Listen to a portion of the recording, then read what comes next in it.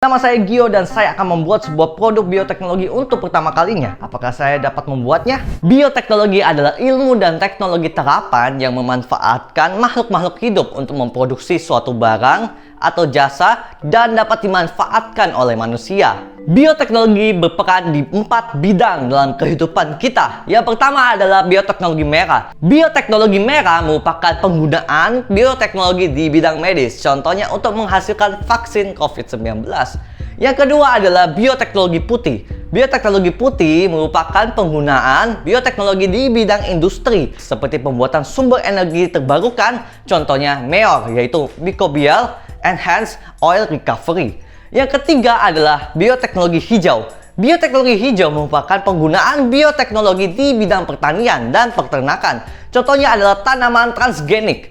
Yang terakhir adalah bioteknologi biru. Bioteknologi biru merupakan penggunaan bioteknologi di perairan untuk mengendalikan proses yang terjadi dalam lingkungan akuatik. Contohnya untuk pengembangan tiram yang tahan penyakit dan vaksin untuk melawan virus yang menyerang ikan. Ada 2 jenis bioteknologi, yaitu bioteknologi modern dan bioteknologi konvensional. Bioteknologi modern adalah teknik melibatkan rekayasa pada genetika untuk menghasilkan DNA rekombinan dan organisme transgenik dan dimanfaatkan untuk menghasilkan produk sesuai keinginan. Contohnya pemetaan genetik, transgenik, dan identifikasi genetik. Sedangkan bioteknologi konvensional menggunakan teknik sederhana dalam pembuatannya yang memanfaatkan peran mikroorganisme dengan teknik fermentasi pada skala kecil. Bioteknologi konvensional memanfaatkan mikroorganisme tanpa proses rekayasa secara utuh dan secara langsung. Contohnya kecap, keju, dan yogurt. Bioteknologi yang saya buat adalah bioteknologi jenis konvensional. Produk bioteknologinya akan saya buat biasa menggunakan mikroorganisme dari genus Rhizopus seperti Rhizopus oligosporus dan Rhizopus oryzae. Tetapi untuk di video ini saya akan membuatnya dengan mikroorganisme Rhizopus oligosporus. Jadi produk bioteknologi yang akan saya buat di video ini adalah tempe. Seperti yang kalian tahu, tempe biasanya dibuat dalam bentuk kotak. Tempe berasal dari kedelai yang difermentasi. Manfaat dari tempe adalah tempe memiliki kandungan serat yang tinggi dan lengkap dengan nutrisi vitamin B12. Vitamin B12 membuat zat-zat terbaik yang ada dalam kedelai pada tempe dicerna dengan sangat mudah oleh tubuh. Tempe juga berguna untuk membantu menjaga kesehatan jantung karena kacang kedelai pada tempe memiliki kandungan lemak yang rendah. Walaupun tempe mempunyai banyak manfaat, tetapi tempe tidak dianjurkan untuk dimakan secara berlebihan. Salah satu dampak negatif tempe jika dimakan berlebihan adalah tempe dicurigai dapat mempercepat penyebab kanker payudara. Sekarang kita akan memulai untuk membuat tempe. Alat yang dibutuhkan untuk membuat tempe adalah mangkok, panci, kompor, garpu, piring, dan sendok. Bahan yang dibutuhkan untuk membuat tempe adalah 400 gram kacang kedelai, 1 sendok teh ragi tempe, air mineral biasa dan dingin, air keran, dan plastik.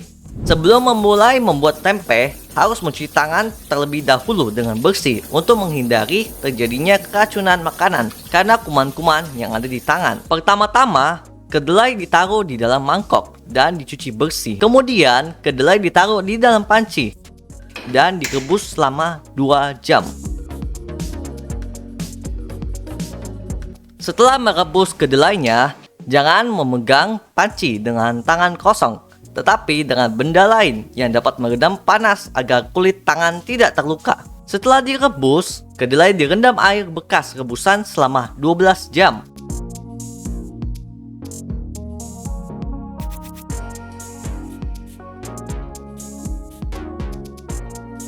Lalu, kedelai direndam dengan air dingin selama 12 jam lagi. Setelah perendaman, kulit kedelai dikupas dan kulit arinya dibuang. Kemudian kedelai ditiris dan direbus selama 45-60 menit. Setelah direbus, kedelai diletakkan di atas piring dan diratakan tipis-tipis, lalu dibiarkan sampai kering. Kemudian, ragi sebanyak 1 sendok teh ditaburkan ke kedelai dan dicampur rata menggunakan sendok. Lalu kedelai dimasukkan ke dalam plastik dan plastiknya dilubang-lubangi memakai garpu. Setelah itu, kedelai yang dibungkus plastik disimpan di tempat yang tidak terkena sinar matahari selama 2 hari di suhu ruangan hingga kedelai padat dan membentuk tempe. Saat mikroorganisme Rhizopus oligosporusnya bekerja, mikroorganismenya akan membuat kacang kedelai menjadi berbentuk padat dengan anyaman miselium yang berwarna putih. Itu sebabnya tempe mentah berwarna putih. Rhizopus oligosporus juga menghilangkan enzim fitase yang akan memecah fitat dan membuat komponen makro yang terdapat pada kedelai dipecah menjadi komponen mikro. Rhizopus oligosporus membuat tempe menjadi lebih mudah dicerna dan tubuh dapat menyerap nutrisinya dengan lebih mudah. Rhizopus oligosporus menghasilkan biosintesis vitamin B dan itu akan diperoleh tubuh kita ketika kita mengonsumsi tempenya. Rhizopus oligosporus juga menghasilkan 4-5 senyawa antibakteri saat proses fermentasi. Ini adalah kacang kedelai di hari ke-0 fermentasi. Ini adalah kacang kedelai di hari ke-1 fermentasi. Dan ini adalah kacang kedelai di hari kedua fermentasi. Setelah 2 hari, tempe siap diolah. Oke, sekarang kita akan buka tempe ini. Ini bentuknya seperti tempe. Ini agak tercopot dikit kacangnya, tapi yang sisanya itu sudah melekat. Mungkin yang di sini belum terlalu melekat dan teksturnya kenyal-kenyal begitu dan tidak mudah dipatahkan. Ini baunya seperti tempe mentah seperti biasanya. Ini warnanya warna putih sama kacang kedelainya warna coklat muda. Sekarang kita akan mengolah tempenya menjadi tempe goreng tepung.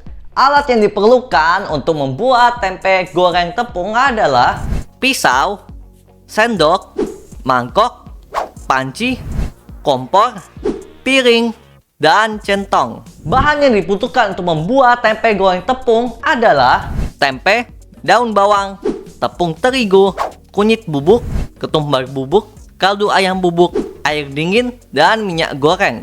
Pertama-tama, tempe dibagi menjadi 2. Kemudian tempe dipotong-potong tipis. Lalu ambil 2 batang daun bawang dan diiris. Setelah itu, 9 sendok makan tepung terigu, 1/4 sendok makan kunyit bubuk, setengah sendok makan ketumbar bubuk, dan 1 sendok makan kaldu ayam bubuk dimasukkan ke dalam mangkok. Irisan daun bawang juga dimasukkan ke dalam mangkok yang berisi bumbu dan tepung. Lalu air dingin dituang ke mangkok berisi bumbu dan tepung secukupnya secara bertahap sambil diaduk hingga semua bumbu tercampur dan memiliki tekstur yang tidak terlalu cair dan tidak terlalu kental. Kemudian minyak dituang ke dalam panci dengan ketinggian 1/4 dari panci dan dipanaskan. Setelah itu tempe dimasukkan ke dalam mangkok berisi bumbu dan tepung lalu dicelupkan ke panci berisi minyak. Kemudian tempe digoreng hingga kering. Setelah kering, tempe diangkat dari panci dan diletakkan di piring. Tempe goreng tepung pun siap untuk dimakan. Sekarang kita akan coba. Ini bentuknya gimana menurut Mama? Bentuknya bagus. Kalau dilihat cara gorengnya sepertinya yang agak berminyak. Oke, aromanya gimana? Aromanya aroma tempe yang sudah diracik bumbu. Oke, warnanya gimana? Warnanya kelihatannya matang, digoreng begitu keemasan. Oke, sekarang berarti tinggal dicoba. Gimana rasanya? Enak. Oke, so teksturnya gimana? Tidak lembek, tidak keras juga. Oke, ini Mantap kok, bagus. sekarang akan dicoba sama temanku. Oke, sekarang gimana teksturnya? Bentuknya maksudnya. Bentuknya sih memang kelihatan seperti tempe, tetapi tempe itu juga biasanya kayak rectangle, Kotak tapi gitu. ya kotak.